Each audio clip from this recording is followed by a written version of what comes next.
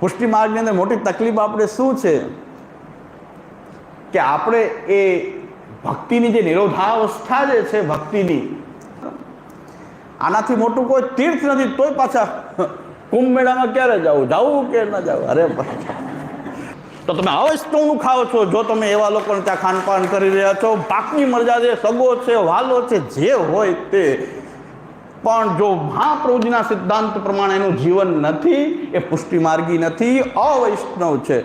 અવૈષ્ણવનું ખાઓ છો તો તમારી મર્યાદ ક્યાં રહી ગઈ? કઈ જગ્યાએ મર્યાદ છે બતાવો? શું ઢોંગ અને પાખંડ ઉભો કરી દીધો છે પુષ્ટિ માર્ગના નામે? આ આચાર્યના નામે તમે શું છેતરપિંડી કરી રહ્યા છો? એટલે હું આવવા માંગતો નહોતો, કારણ કે આવવા માંગતો નહોતો, પણ હવે આવી જ ગયા છે તો પછી હવે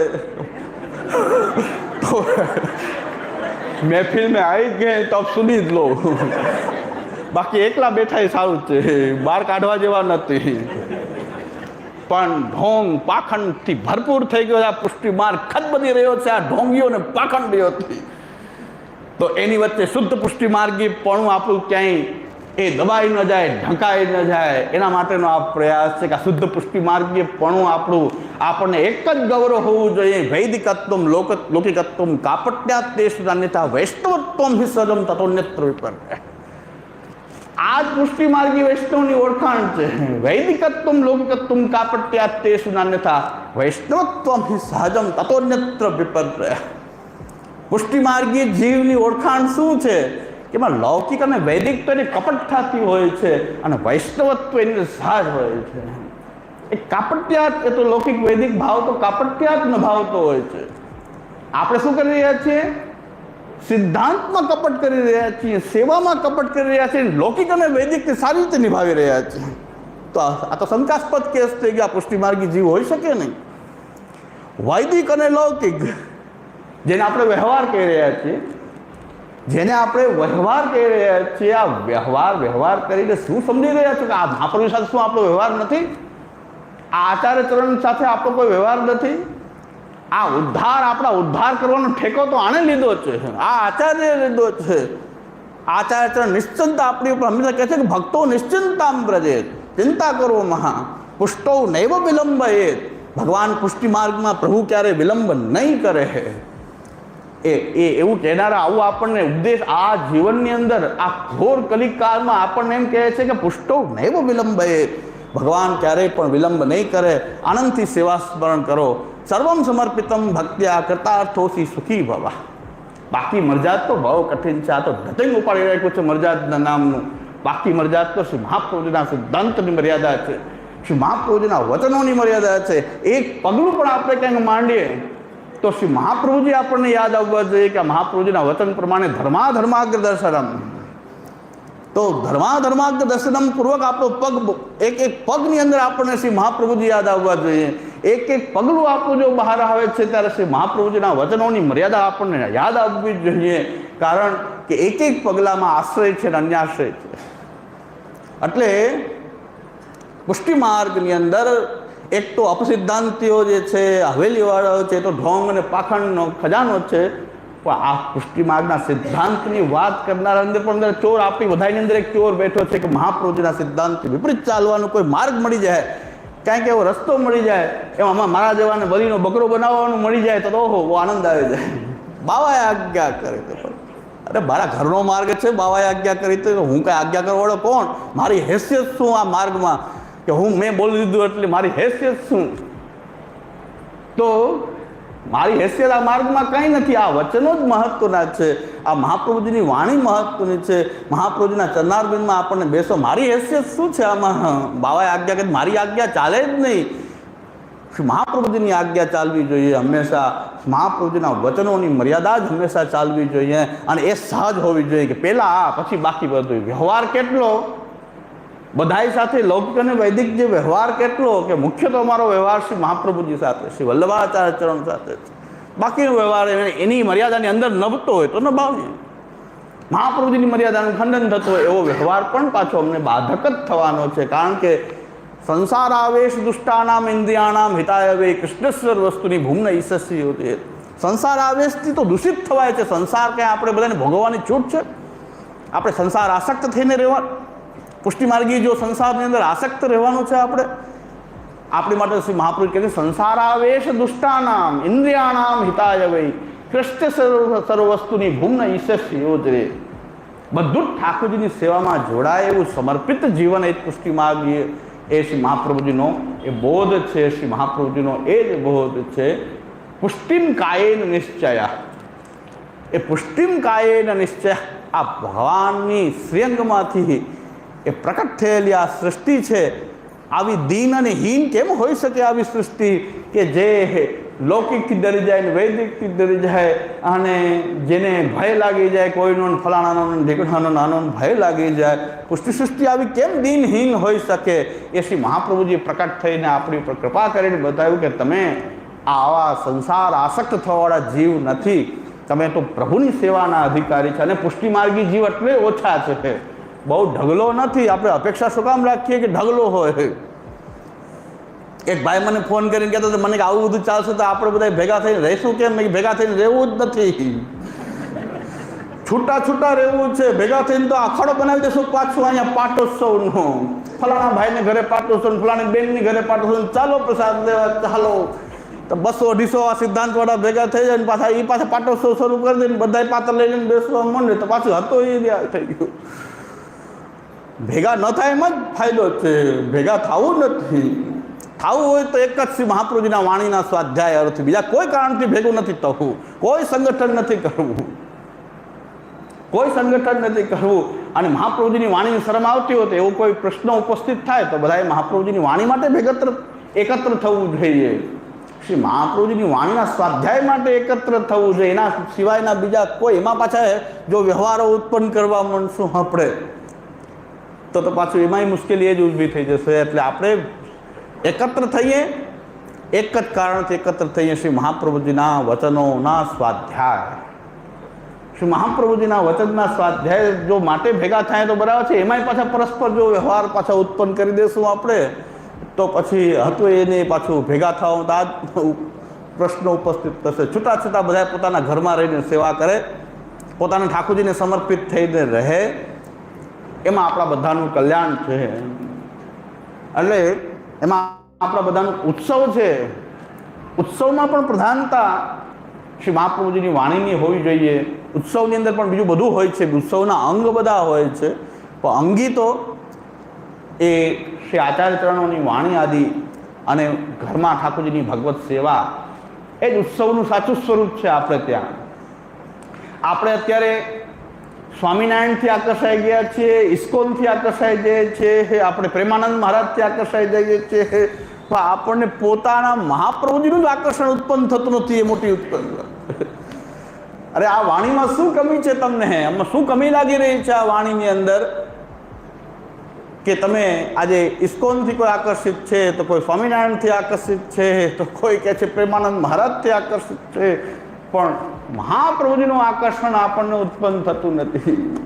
એ મોટી વિડંબના છે, મોટું ભયંકર દુઃખ જે છે એ આ જ વાતનું દુઃખ છે કે શ્રી મહાપ્રભુજી પ્રત્યે આપણને કોઈ અહોભાવ આપણી અંદર આવતો નથી. એ અહોભાવ કેમ નથી આવતો? કારણ કે આપણને આ સેવા ફળ જોતું જ નથી. પહેલી વાત મોટો ચોરા છે કે અમને તો મોજ મજા આનંદ પ્રમોદ પુષ્ટિ માર્ગના નામે મોનથાળ મઠરી ખાવા મળે, એનાથી અમારે સેવા ફળ ક્યાં જોઈએ છે? સેવા ફળ જોઈએ તો ચેન ન પડે કે આપણે કેટલા આપણા ફળથી ક્યાં દૂર, કે જરા પણ ભટકશું તો આનાથી ભટકી જશું. આપણું ફળ તો આ છે, એ માર્ગ હાંસી ખેલકો નહીં. આપણે ભટકી જશું એમ ભય રહેજો સેવા ફળ જોતું હોય તો. પણ મૂળમાં કોઈને સેવા ફળ જોતું નથી. સેવા ફળ જોતું નથી, ભગવત સેવા જોતી નથી. પુષ્ટિ માર્ગમાં સિદ્ધાંતનું અધ્યયન કરીને પણ ભગવત સેવાથી દૂર ભાગવાના ચોર બેઠા છે. ભગવત સેવાથી કેમ દૂર ભગાય એ આપણું ધ્યેય છે બધાનું. એટલે દામોદરદાસજીએ પણ એ જ કહ્યું હતું, રાજ એ માર્ગ હાંસી ખેલ કો નહીં. શ્રી મહાપ્રભુજી પણ આજ્ઞા કરે છે કે વિષયાક્રાંત દેહાનામ નાવે છે સર્વદા હરે. અને કેટલાક કૃપાળુ આચાર્ય છે શ્રી મહાપ્રભુ વલ્લભાચાર્ય ચરણ, એ કેટલાક કૃપાળુ આચાર્ય છે કે જીવને દોષ સહિત એનો સ્વીકાર કરી રહ્યા છે, પણ જીવને એક ઉપાય બતાવી રહ્યા છે કે હું તમારી સાથે છું. કેવી રીતે સાથે છું? અહમ નિરુદ્ધો રોધેન નિરોધ પદવીમ ગતા નિરુદ્ધાનાંતુરોધાય નિરોધમ વર્ણયામૃતે. મેં જે રીતે રહીને આ પ્રકારની ભક્તિને સિદ્ધ કરી, એમ કહી રહ્યા છો સાક્ષાત ભગવાનના મુખારબિંદ રૂપ આચાર્ય, એ મુખારબિંદ રૂપ જે આચાર્ય જે છે એ પોતે આજ્ઞા કરી રહ્યા છે કે અહમ નિરુદ્ધો રોધેન નિરોધ પદબિમ ગતા નિરુદ્ધાનાંતુરોધાય નિરોધમ વર્ણયામિતે. એ નિરોધનું હું વર્ણન કરું છું કે જે નિરોધની સિદ્ધિ મેં પ્રાપ્ત કરી છે. પુષ્ટિ માર્ગની અંદર મોટી તકલીફ આપણે શું છે કે આપણે એ ભક્તિની જે નિરોધાવસ્થા જે છે ભક્તિની, આનાથી મોટું કોઈ તીર્થ નથી. તોય પાછા કુંભ મેળામાં ક્યારે જવું, જવું કે ન જવું? અરે તો ફોન કરીને પૂછી કે કુંભ મેળાનું કઈ મહાત્મ્ય આપણે આ ખરું, નાવા જવું કે ન જવું? મેં કીધું કુંભ મેળા વાળા બીજા મહારાજ બેઠા જ છે, એને પૂછી લ્યો. કુંભ મેળામાં બિરાજે જ છે, તીર્થ સકલ સનાત કીધા એમ એ ઝંડો લગાવીને બેઠા જ છે ત્યાં. જાઓ પહોંચી જાઓ ત્યાં, એ ઝંડો લઈને બેઠા છે ત્યાં, એ મેળામાં બિરાજી રહ્યા છે. નાગા બાવ અને બીજા બધા વચ્ચે ધૂણી દખાવી છે. એને પૂછો, એ મહારાજને પૂછો. પણ અમે તો એમ કહે છે કે અમારો મહારાજ તો એમ કહે છે નાત પરતરો મંત્ર નાત પરતરસ્તવા નાત પરતરા વિદ્યા તીર્થમ નાત પરાત પરમ. જે ઘરમાં બિરાજતા જે ઠાકોરજી જે છે પ્રકટ પ્રજાધીપ સાક્ષાત શ્રી કૃષ્ણ છે, અને એ સર્વદા સર્વભાવે ન ભજનીયો વ્રજાધિપ સુસ્યાયમેવ ધર્મોહી નાન્ય ક્વાપી કદાચન. ક્યાંય પણ જાઓ, ગોલોકમાં જાઓ કે વ્યાપી વૈકુંઠમાં જાઓ, તો આ વ્રજાધિપની સેવા સિવાય બીજો કોઈ ધર્મ છે નહીં. પુષ્ટિ માર્ગમાં બીજો કોઈ ધર્મ નથી. સર્વદા સર્વભાવે ન ભજનીયો વ્રજાધિપ સસ્યાયમેવ ધર્મોહી નાન્ય ક્વાપી કદાચન. ક્યાંય પણ જાઓ સર્વદા સર્વભાવે ન ભજનીયો વ્રજાધિપ. વ્રજમાં જાઓ તો યાદ ધર્મ છે, ઘરમાં રહે તો યાદ ધર્મ છે, ગોલોકધામમાં જાઓ તો યાદ ધર્મ છે, પ્રવાસમાં જાઓ તો યાદ ધર્મ છે. સર્વદા સર્વભાવે ન ભજનીયો વ્રજાધિપ સસ્યાયમેવ ધર્મોહી નાન્ય ક્વાપી કદાચન. એટલે આનાથી છટકવાની વાત કરશો તો એ પુષ્ટિ માર્ગમાં કોઈ નાત પરતરો મંત્ર, કોઈ મંત્ર નથી અમારી પાસે. આનાથી વધારે ભગવત સેવા, ભગવત કથા સિવાય બીજો કોઈ મંત્ર નથી કે જે કોઈ મોટો હોય. નાત પરતરસ તવા, એનાથી મોટું કોઈ સ્તોત્ર નથી. જેટલા પણ સ્તોત્ર છે એ આ માર્ગમાં વધુ વધુ દ્રઢ કરવા માટે છે, પણ સ્તોત્ર કોઈ આ ભક્તિથી વિરોધાવસ્થાપન્ના, એ ભક્તિથી કોઈ મોટું તો કોઈ સ્તોત્ર પણ નથી. સર્વોત્તમ સ્તોત્ર નહીં કે ઠાકોરજીની સેવા છોડીને સર્વોત્તમજીના પાઠ કરીએ. એ સર્વોત્તમજીના પાઠ પણ ઠાકોરજીની સેવા માટે જ છે. કારણ કે શ્રી મહાપ્રભુજી અંદર કહી રહ્યા છે સેવા જ ફલ છે. સેવા, એ સેવા ફલ કીધું છે અહીં મહાપ્રભુજી. ગ્રંથનું નામ છે સેવા ફલ. પુષ્ટિ માર્ગનું અંતિમ ફલ તો અહીં ભગવત સેવા જ છે. અને એ ફલમાં તો આપણે છીએ, જે નિરંતર એ ભગવત સેવામય આપણે રહેવાનું છે. એ ભગવત સેવા આપણે અત્યારે એ જ કરી રહ્યા છીએ કે ભગવાન અલગ નથી, કે જે ગોલોકધામમાં મળવાનો છે એ જ અહીં મળી ગયો છે. ભગવાન એ વહી ફલમ સ યથા આવિર્ભવે ભૂઈ ગુણ સ્વરૂપ ભેદેન તથા તેષામ ફલમ ભવે. તો ભગવાન એ વહી ફલમ, અહીં સેવા ફલ કહીએ છીએ. શું કામ કહીએ છીએ? ભગવાન એ વહી ફલમ સ યથા આવિર્ભવે ભૂઈ ગુણ સ્વરૂપ ભેદેન તથા તેષામ ફલમ ભવેદ. અને આ પુષ્ટિ માર્ગી છીએ તો આપણે, આપણી ઓળખાણ શું છે? મહાપ્રભુજી કહે છે આપણે આ પુષ્ટિ માર્ગી વૈષ્ણવની ઓળખાણ શું છે? તો મહાપ્રભુ કહે છે ભગવદ રૂપ સેવાર્થમ તત્સૃષ્ટિન્નથા ભવે. આ સૃષ્ટિ દૈવી સૃષ્ટિમાં પણ એક અલગ સૃષ્ટિ છે કે જે ભગવદ રૂપ સેવાર્થમ તત્સૃષ્ટિન્નથા ભવે. અમારી ઓળખાણ છે આ તો, કે ભગવદ રૂપની સેવા માટે અમે સર્જાણા જ છીએ. આપણું સર્જન જો પુષ્ટિ માર્ગી તરીકે હોય તો ભગવત સેવા અર્થ છે. અને ભગવત સેવા નપતી હોય તો કોઈ ચિંતાનો વિષય નથી કે કોઈથી વ્યવહાર રહે કે ન રહે. કોઈ ચિંતાનો વિષય નથી. ભલું થયું ને ભાગી જંજાળ, સુખેરી વસ્તુ શ્રી ગોપાલ. ભલું થયું ને ભાગી જંજાળ. કોઈ બોલાવે ન બોલાવે, ભગવત સેવા, ભગવત રૂપ સેવાર્થ તત્સૃષ્ટિ થા ભવે. ભગવાનની સેવા એ જ અમારો ધર્મ છે. પછી કોઈ બોલાવે તો ઠીક છે, સંબંધ રાખે તો ઠીક છે, ન રાખે તો ઠીક છે, સેવો શ્રી કૃષ્ણ કૃપા. રામભાઈ કહે છે અમારું તો એક જ કામ છે, કારણ કે અમે પુષ્ટિજીવ છીએ. પુષ્ટિજીવ છીએ, અમારા ઠાકોરજીની સેવા માટે જ છીએ, અમે એના માટે સમર્પિત છીએ. આવી જેની અંદર જે ભાવના હોય, અસ્મિતા હોય, એ જ પુષ્ટિજીવ હોઈ શકે. બાકી બધા તો હોય જે હોય ચર્ષણી શબ્દ વાચ્યાસ્તે તે સર્વે સર્વત્ર સુક્ષણાત સ્ત્રોતમાયાતિ રુચિ તેસામ ન કથતે તેસામ ક્રિયાનુસારેણ સર્વત્ર સકલમ ફલમ. એ તેવા તો ઘણા હોઈ શકે.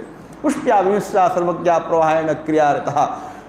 એ પ્રકારથી મિશ્ર પુષ્ટ આ બધા પ્રકારો પણ આપણે ત્યાં છે. હવે એમાં પુષ્ટિ જીવની જો ઓળખાણ હોય, જો આ જીવ પુષ્ટિનો હોય તો ભગવદ રૂપ સેવાર્થ જ હોય. એને પોતાના અસ્તિત્વનું પ્રયોજન ભગવત સેવા જ લાગતું હોય. ભગવદ રૂપ સેવાર્થમ તત્ સૃષ્ટિનંથા ભવે. બીજા કોઈ માટે આ સૃષ્ટિ નથી. અને એ સૃષ્ટિમાં આપણે છીએ તો ભગવત સેવા જ ધર્મ છે. ભગવત સેવા થઈ રહી છે તો કોઈ ચિંતા કરવાની વાત તો નિશ્ચિંતામ રજે. અને જો સેવા થઈ રહી છે તો એવમ સદાસ્મ કર્તવ્યમ સ્વયમેવ કરીશતિ પ્રભુ સર્વસમર્થ હોય તો નિશ્ચિંતામ રજે. આ ઠાકોરજી એટલા બધા સમર્થ છે, આપણને ચિંતા એ થઈ જાય કે આવું ફળ આપણને કેમ પ્રાપ્ત થાય. ચિંતા ન કરવી જોઈએ. શું કામ? મહાપ્રભુજી કહે છે કે પ્રભુ સર્વસમર્થ હોય. પ્રભુ ઘણા કહે છે કે સેવામાં ખબર નથી પડતી ને શિંગાર નથી આવડતા, સેવા નથી આવડતી. કંઈ વાંધો નહીં, પણ સેવા કરવી જોઈએ. સેવા કરો છો ને એ બહુ મહત્વની વાત છે. આવડતી નથી, ધારીજી ક્યાં ધરવું, ક્યાં ધરવું, ફતવી ક્યારે ધરવી ને ઘૂગીનું ક્યારે ધરવું ને એ કદાચ ખબર ન પડતી હોય. ખબર પડવી જોઈએ તો આનંદ આવે, ન પડતી હોય તો કાંઈ વાંધો નહીં. પણ મહાપ્રભુજી કહે છે કે ઠાકોરજી કેટલા સમર્થ છે, ઠાકોરજીનો સિદ્ધાંત કેટલો મહાન છે, કેટલો દિવ્ય છે. આપણા પ્રભુ કેવા મહાન છે, કેવા આનંદ કંદ પરમાનંદ રૂપ છે. બસ બધા પોતાનું નિરીક્ષણ કરી લેજો. હું કોઈને કંઈ કહેવા માંગતો બધું કહેવાનું બંધ કરી દીધું છે. કોઈને સૂચના આપવાનું બંધ, કહેવાનું બંધ, કાંઈ બંધ કરી દીધું. તમે નિરીક્ષણ કરી તમે ક્યાં છો, તમે કોણ છો, કેવા છો, ક્યાં છો, તમે બધા પોતાની રીતે જાણી લેજો. એક ભાઈ મને ફોન કર્યો હતો કે ફલાણા ભાઈ આમ ગયા હતા, ફલાણા ભાઈ ઢીકણા આમ ભાઈ ગયા હતા. મેં આજ પછી કર્યો, પછી કરતો નહીં. કોઈ ભાઈનું નામ મને દેતો નહીં, મને કોઈ ફોન કરવો નહીં. મહાપ્રભુ સિદ્ધાંત શું છે એટલું પૂછવું હોય તો જ કરવું. ફલાણો ભાઈ ગયો હતો હું એક સિદ્ધાંતવાળો વૈષ્ણવ એક ઘરની પાછળ પડું, આખો દિવસ એ કામ કરું. ફલાણો ભાઈ ક્યાં ગયો, મનોરથમાં ખેતીનું બહાર લાવું, આખો દિવસ આ મારે ધંધો કરવો. અને મને હવે આજ પછી ફોન કરતો નહીં કોઈ દિવસ. કોઈ નામ તો કોઈ ભાઈ કે બેનું નામ મને સંભળાવવું નહીં કોઈ દિવસ. મહાપ્રભુના ગ્રંથની કાંઈ વાત કરી તો પૂછું ફલાણો ભાઈ આમ કર્યું, ફલાણી બેને આમ કર્યું, ફલાણા દીકરાએ આમ કર્યું. એકે ભાઈ કે બેન મારે સાંભળવો જ નથી. મારે એનાથી કાંઈ મતલબ નહીં. કોઈને નવા નીચવાનો કોઈની સાથે સંબંધ નથી. મહાપ્રભુનો સિદ્ધાંત શું છે એટલું હું કહી દઉં. ફલાણો ભાઈ ક્યાં ગયો, ફલાણો બેન, તમે એકબીજાને ધ્યાન રાખતા હશો. મારી પાસે એવો ટાઈમ નથી. તમારી પાસે એટલો બધો ટાઈમ છે કે ફલાણો ભાઈ ક્યાં ગયો, ફલાણો ભાઈ શું કરતો હતો. તમને એવો ટાઈમ હશે. અને સિદ્ધાંતમાં આવીને આ જ ધંધો કરવો છે. પુષ્ટિમાર્ગના સિદ્ધાંતનું નામ લેવું છે ને પછી ભાઈ બહેનનું ધ્યાન રાખવું છે. ફલાણી બેન ક્યાં ગઈ, ફલાણો ભાઈ ક્યાં ગયો. કારણ મૂળ વાત તો આજ પાછી આવી જાય છે વિષય આક્રાંત દેહાનામ. ઠાકોરજી સિવાયનો વિષયોથી જ આપણે આકર્ષિત છીએ. વિષય આક્રાંત દેહાનામ. ઓલો ભાઈ મનોરથમાં જે હું કેમ રહી ગયો એમ થતું હોય મનમાં. ઓલો ભાઈ છે એવાનું હું કેમ રહી ગયો. વિષય આક્રાંત દેહાનામ. ચોર બધામાં જ છે. મેં તું બોલે છે ત્યાં જ ખબર પડે કે તારામાં ચોર બેઠો છે. કે હું કેમ રહી ગયો એવું થાય છે ભાઈ. તો તમે જી આવો.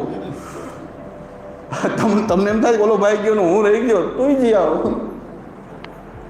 અને આ બધાને સાચવીને કરવું શું અમારે? મેં કીધું આ બધાને સાચવીને અહીં આપણે શું કરવાનું છે? આપણે અહીં તો મહાપ્રભુજીનો માર્ગ જે છે એટલે કે તલવારની ધાર મને લાગે એટલે કહેતા હશે પૂર્વજો. આ તલવારની ધાર છે, ચાલવું ઓમ બધાને કઠિન લાગે છે. જે વિષયાવેશી છે એને આ માર્ગ ઉપર ચાલવું બહુ એ કઠિન લાગે છે.